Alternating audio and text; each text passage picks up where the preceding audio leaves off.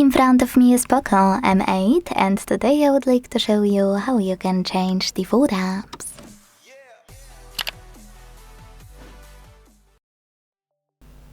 Start by opening Play Store and downloading new apps you wanna apply as default.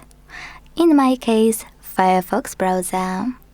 With all of your apps ready, exit Play Store and go into Devices settings.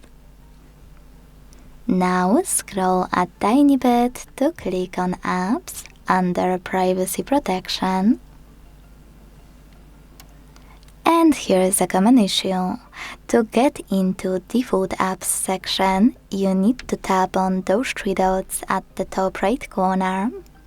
Wait for the pop-up, and then select Other Settings.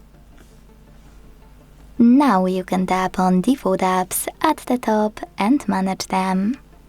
Click on one of those sections, in my case Browser. Tap on your new app you wanna apply as default and go back. So when I do that, as you can see, my default app has changed. If you ever want to reset to default that your POCO set it up, you need to click on this button at the bottom and confirm your choice in the pop-up.